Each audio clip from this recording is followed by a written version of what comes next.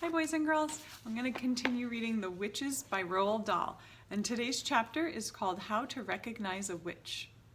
The next evening, after my grandmother had given me my bath, she took me once again into the living room for another story. Tonight, the old woman said, I'm going to tell you how to recognize a witch when you see one. Can you always be sure? I asked. No, she said, you can't. And that's the trouble. But you can make a pretty good guess. She was dropping cigar ash all over her lap, and I hoped she wasn't going to catch on fire before she told me how to recognize a witch. In the first place, she said, a real witch is certain always to be wearing gloves when you meet her. Surely not always, I said. What about in the summer when it's hot? Even in the summer, my grandmother said, she has to. Do you want to know why? Why, I said. Because she doesn't have fingernails.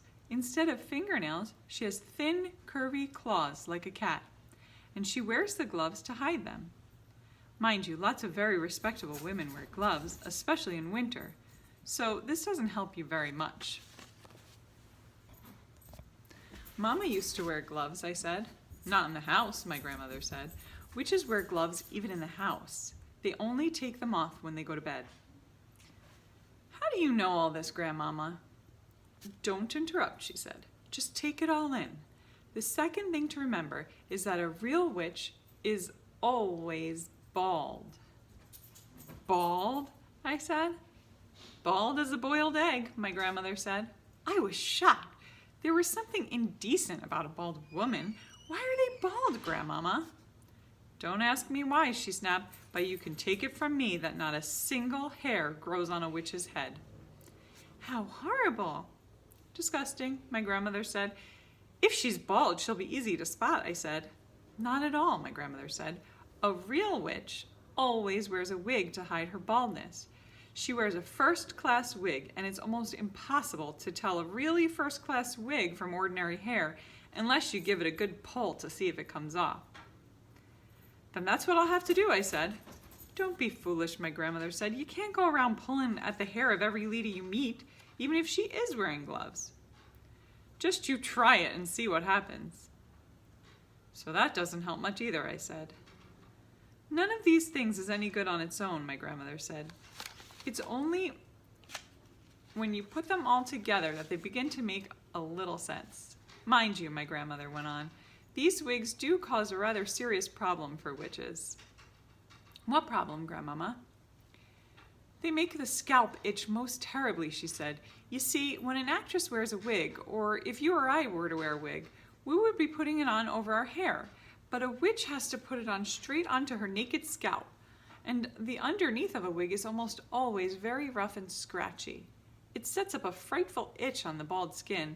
It causes nasty sores on the head. Wig rash, the witches call it.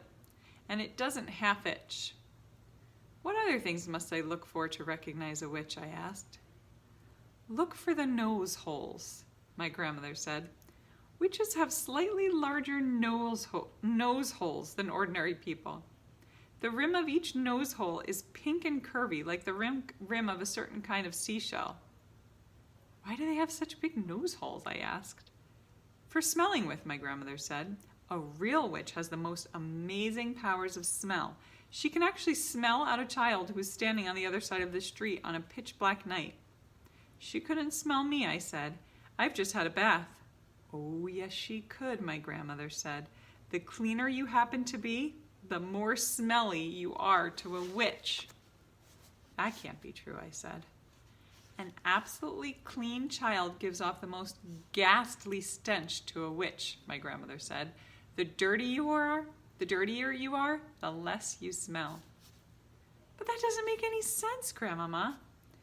Oh, yes, it does, my grandmother said. It isn't the dirt the witch is smelling, it's you.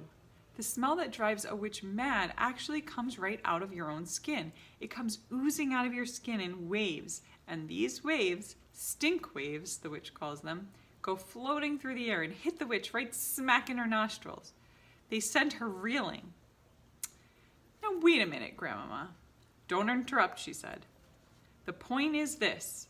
When you haven't washed for a week and your skin is all covered with dirt, then quite obviously the stink waves cannot come oozing out nearly so strong.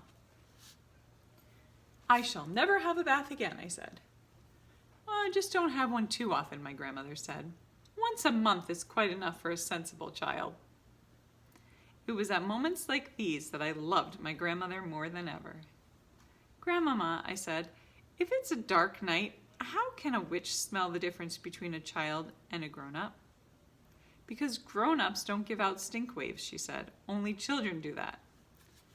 But I don't really give out stink waves, do I? I said, I'm not giving them out at this very moment, am I? Not to me you aren't, Grandmother said.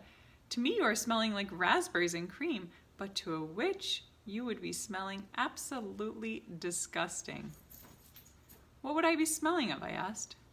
Dog droppings, my grandmother said. I reeled. I was stunned. Dog droppings, I cried. I am not smelling of dog droppings. I don't believe it. I won't believe it. What's more, my grandmother said, speaking with a touch of relish, to a witch, you'd be smelling of fresh dog droppings. That simply is not true, I cried. I know I'm not smelling of dog droppings, stale or fresh. There's no point in arguing about it, my grandmother said. It's a fact of life. I was outraged. I simply couldn't bring myself to believe what my grandmother was telling me. So, if you see a woman holding her nose as she passes you in the street, she went on, that woman could easily be a witch. I decided to change the subject. Tell me what else to look for in a witch, I said to my grandmother.